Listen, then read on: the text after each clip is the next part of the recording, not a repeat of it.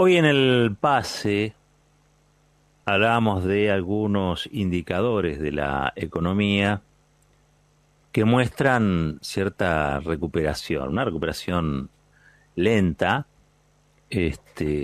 pero recuperación al fin, ¿no? Son como lucecitas en un tablero que se van encendiendo y que muestran lo que uno sabe porque lo ha vivido y porque cada tanto lee la historia, y es que la capacidad regenerativa de la economía argentina frente a sus crisis es rápida, siempre y cuando se adopten las medidas necesarias para que sea rápida, ¿no? Y yo creo que en eso hay que destacar que el gobierno ha tomado una serie de medidas, una serie de decisiones que son quizá de las más importantes en materia regional, comparado con otros gobiernos, lo que ha permitido sostener todo el empleo que se pudo, todo el salario que se pudo, pero fundamentalmente sentar las bases para que, a medida que las restricciones impuestas por el virus y por la pandemia se empiecen a aflojar, bueno, por un lado tenés incremento en la recaudación fiscal, por el otro lado tenés despachos de aceros que crecen en relación al año pasado un 15%. Escuchen bien, en relación al año pasado, al año donde todavía no había pandemia, crecieron un 15%. El tercer trimestre la economía rebotó un 8,5%.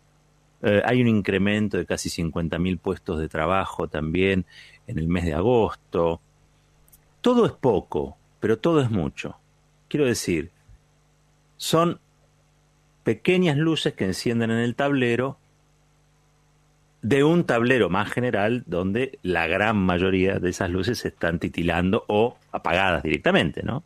Uno no puede desconocer, y siempre lo hemos tratado de explicar de este micrófono, donde nos preocupamos día a día por no hacer tremendismo, sino cierta pedagogía, cierta explicación sobre lo que entendemos de la realidad, interpretamos de lo que sucede.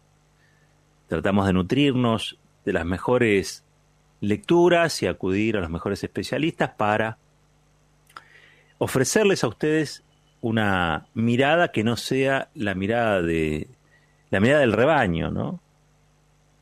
Yo recuerdo hace un tiempito, no mucho, mes y medio atrás, como le pasará a muchos, yo tengo varios grupos de chat, y en uno de esos grupos donde tengo una serie de amigos me consultaban por el tema del dólar, el corralito, me llamaron a preguntar por el tema del corralito. Y yo tuve ahí la posibilidad de contestarles de que eso no era posible, entre otras cosas porque Carlos Heller nos cuenta todos los días que la situación al 2001 en relación a eso es muy distinta. Entonces digo, mirá, no, esto me parece que en realidad lo que trata de ser es una profecía autocumplida, es decir, están tratando de desestabilizar la economía, están tratando de generar un shock devaluatorio, porque con una devaluación no es que pierden todos, con una devaluación perdemos la mayoría, pero hay un grupo reducido que gana mucha plata. O sea, la devaluación es un muy mal negocio para el país, pero es un excelente negocio para un grupo muy reducido, que son los que concentran la posibilidad de exportar, producir en pesos y exportar en dólares. Yo me siento muy orgulloso de poder estar aquí todos los días con este inmenso equipo de la escudería, brindando eso que no deja de ser un servicio, que no deja de ser un servicio que es el que los periodistas podemos ofrecer cuando no estamos encandilados precisamente por lo que abunda hoy en la mayoría de los servicios de comunicación audiovisual, que es el tremendismo, el efectismo, la espectacularidad. No importa que sea cierto, lo importante es hacer ruido, no importa si yo tomo en pantalla tal o cual cosa que mata gente, no importa, parece que no importa, bueno, a nosotros sí nos importa. Por eso somos distintos, por eso estamos acá, y entiendo yo que por eso también nos siguen hace tanto tiempo. Les decía que hay unas pequeñas lucecitas en el tablero. Podemos sumar a eso, que creo ya son 8 jornadas hábiles consecutivas, donde la brecha entre el dólar oficial y el dólar ilegal empieza a bajar. Y eso también es muy importante. ¿Por qué? Porque devuelve tranquilidad. Nosotros lo que tenemos que reconstruir es la confianza. Sé que es muy difícil, porque aparte la confianza es un gran negocio para la mayoría de los argentinos, pero es un pésimo negocio para los que ganan plata con la desconfianza. ¿No? Digo, hay gente que realmente con esa desconfianza, con el estado de zozobra, con el estado de intranquilidad, gana dinero. Los especuladores. Los que quieren que nos agarremos la cabeza todo el tiempo y que vivamos para el corno. Ahora, la gran mayoría, que somos nosotros, la gran mayoría, hacemos mejores negocios en nuestra vida si hay estabilidad. Y esa estabilidad se construye sobre la base de la confianza. Esa tranquilidad se tiene que traducir también en una economía cada vez más estable y cada vez más tranquila. Previsible. Previsible, donde vos sepas que vas a comprar algo y que en los 3 meses siguientes no es que va a valer 2 veces más caro. Que quizá haya una pequeña corrección porque todavía no se superó la economía inflacionaria. Pero que no sea todo un estado de locura que tan mal nos hace. Que no solamente nos estresa en términos personales, estresa la economía. Y estresar la economía en un país con tantos dolores, con tantos problemas como es la Argentina, insisto, es el peor de los negocios para las grandes mayorías sociales. Alguien lo tiene que decir y alguien tiene que plantarse en serio. Y yo creo que el gobierno en ese sentido se ha plantado. Las medidas que ha venido tomando van en esa orientación. No son todos los funcionarios impecables, no es que todos... No, hay de todo en el gobierno, la verdad que hay de todo. Pero digamos que los lineamientos generales que se han definido son los correctos. ¿En qué sentido? En un sendero, que es el de la posibilidad de tranquilizar las variables económicas y que producto de eso también se empiece a tranquilizar la economía de las familias. La macroeconomía, mucho se habla de la macroeconomía, de macroeconomía habla hasta Melconian, ¿sí? Pero pocos hablan de lo que verdaderamente importa en una economía, y es de la economía doméstica, la economía hogareña, la economía del día a día, la economía de lo cotidiano, que es lo que define una buena o una mala calidad de vida. Decimos, tenemos pequeñas lucecitas que empiezan a encender, no me gusta decirle brotes, porque si no Berco nos va a denunciar porque le tomamos el nombre de brotes verdes, y porque aparte Macri abusó de esa figura y nos dejó un país destruido, derrumbado. Entonces no me gusta decirle brotes verdes, pero sí es cierto que son pequeñas lucecitas. Y esa posibilidad la construyó, le estaba haciendo un gran reconocimiento yo a lo que es el gobierno, pero también fundamentalmente de la sociedad argentina. Esta sociedad tan castigada, esta sociedad artificialmente agrietada, artificialmente revuelta en la que vivimos, con sus más y con sus menos, ha logrado en estos meses reponerse de una verdadera hecatombe, no solamente en términos sanitarios, sino económicos, como es la que deriva de la pandemia.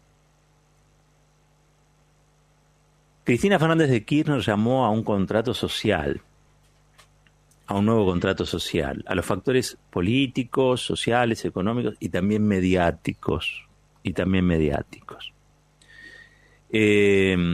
Yo soy más que partidario de que Zapata se incluya, porque entiendo que también hace a ese objetivo de tranquilizar los debates, los discursos, la economía. Nosotros tenemos que hacer un gran esfuerzo por aislar a aquellos que quieren que todo se incendie porque viven de vender extinguidores. Nosotros tenemos que hacer un enorme esfuerzo colectivo para que el país no solamente se tranquilice, sino que los discursos sean cada vez menos incendiarios, porque no podemos entregarle el futuro a aquellos que ya son los dueños de las cosas. Apropiémonos al menos del futuro. Aquellos que son los dueños del poder y del dinero, no le entreguemos también el futuro, porque en el futuro están nuestros hijos, están nuestras hijas, están nuestros nietos, nuestras nietas. Lo hecho está. Sobre lo hecho es poco lo que se puede resolver, pero sobre lo que va a pasar o lo que va a suceder todavía tenemos bastante que decir y bastante que hacer. Yo lo escuchaba recién a Funes de Rioja, de la COPAL. La COPAL es la Cámara Alimenticia, que nuclea todas las empresas alimenticias. Están haciendo un gran lobby para poder aumentar los precios de las cosas, ¿no? Ustedes saben que cada aumento que se da, y sobre todo en el rubro de alimentos, es una rebaja en el salario, ¿no? Porque vos con tu salario podés comprar menos cosas. O sea, es una rebaja indirecta del salario. Yo vengo diciendo acá, y lo he sostenido, que lo que hay que defender es el salario. Hay que defender el salario, ¿por qué? Porque es el motor de la demanda, es el motor del mercado interno. Hoy estábamos viendo que entre esas lucecitas lo que empieza a verse es que el mercado doméstico empieza a funcionar. El acero es un rubro, ¿sí?, que transversalmente toca a un montón de otros rubros, que van desde la construcción, la obra pública, hasta la línea blanca, lavarropas, heladeras. O sea, el acero está presente en muchos rubros de la economía, y si hay mayor demanda de acero quiere decir, sí, que la economía se está empezando a mover. Ahora, ¿qué economía? La doméstica. ¿Por qué? Y porque está jodido venderla al mundo. No estoy diciendo que el mundo no compre, pero el mundo es cauto, porque el desastre de la economía es a escala global. Entonces lo que se compra es lo necesario, no es que se compra de más. Hay países que están invirtiendo más en comprar vacunas que en comprar otras cosas que uno le puede ofrecer. Digo, esta es la situación donde se toman las decisiones. Y en ese contexto el salario tiene que ser defendido. Lo hizo el gobierno. El gobierno con los ATP defendió el salario.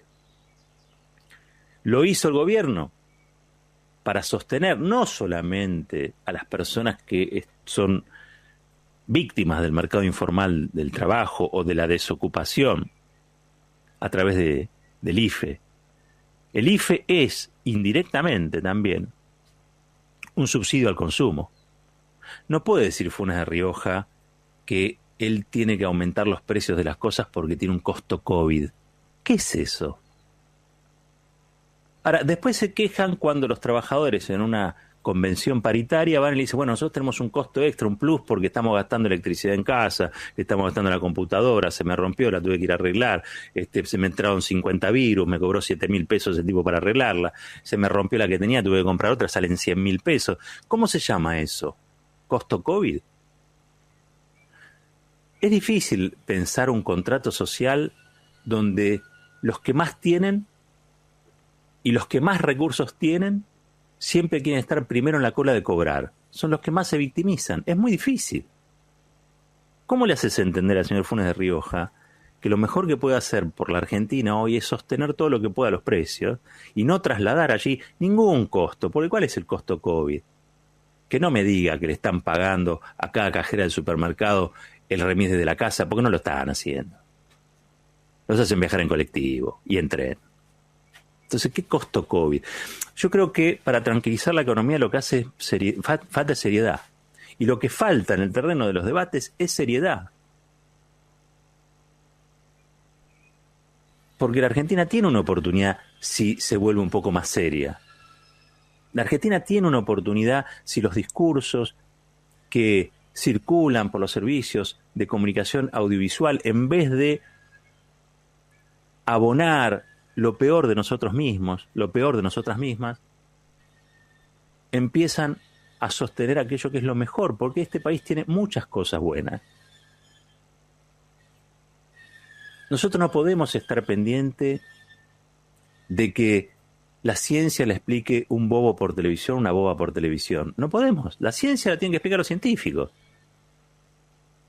Nosotros no podemos estar siendo víctimas constantes de cómo a través de los servicios de comunicación audiovisual las matemáticas te las explica alguien que no puede sumar 2 más 2. Somos la República Argentina. Somos un pueblo que hizo enormes cosas como para hoy vernos reflejados en esos discursos que son disociadores, violentos, discriminadores, pero que sobre todas las cosas lo que producen es desaliento. Nosotros tenemos que salir de esa trampa, hay que salir de la trampa del desaliento, hay que poner esos objetivos muy claros, porque si no, no hay contrato social posible. Entonces yo le diría al señor Funes de Rioja, de la Copal, que si él quiere poner en los precios el costo COVID, después no sé qué le va a decir a los trabajadores de industria alimenticia, a los trabajadores de comercio, sobre su costo COVID. o los trabajadores no tienen costo COVID. Entonces yo creo que para tranquilizar la economía, los primeros que se tienen que tranquilizar son los grupos empresarios, los grupos de la economía concentrada, los mismos que batallan tanto y tan seguido contra el aporte solidario extraordinario. Sería un muy buen gesto que se vote prontamente en el Parlamento el aporte solidario extraordinario de las grandes fortunas, por ejemplo. Eso sería una manera de verificar que esos que siempre nos están exigiendo un sacrificio más, hagan su sacrificio. Porque no basta con tener dinero. Además, hay que bancarse la consecuencia de ser élite. Ese es uno de los problemas que tenemos. Nuestra élite es una élite muy, pero muy falta o ausente de valores, de trascendencia. Es una élite atada, la mayoría de las veces, a la timba financiera, al plazo fijo, al enriquecimiento improductivo. Esta es la verdad. Si alguien lo quiere ver de otra manera, por supuesto lo puede hacer. Pero vieron, me cuide de decirle codicia, usura, de eso se lo dejo al Papa. Yo lo que estoy diciendo es que si queremos sacar al país adelante, hay que tranquilizar la economía. Y si tenemos que tranquilizar la economía, hay que tratar de moderar las barbaridades que uno puede decir por inclinación, porque las pienso, por lo que sea. Porque que haya gente en la televisión tomando barbaridades y veneno y diciendo que eso está bien y es divertido, no implica que todos en la vida tengamos que ser así. Entonces, ¿hay un costo COVID, señor Funes de Rioja? Bueno, el costo COVID es para todos. Así se hace un acuerdo. ¿Cuánto perdés vos? ¿Cuánto perdés vos? ¿Cuánto ganas vos? ¿Cuánto? Y nos ponemos de acuerdo. Ahora, es muy difícil ponerse de acuerdo y armar un contrato social cuando los que siempre ganan, esta vez, también quieren ganar.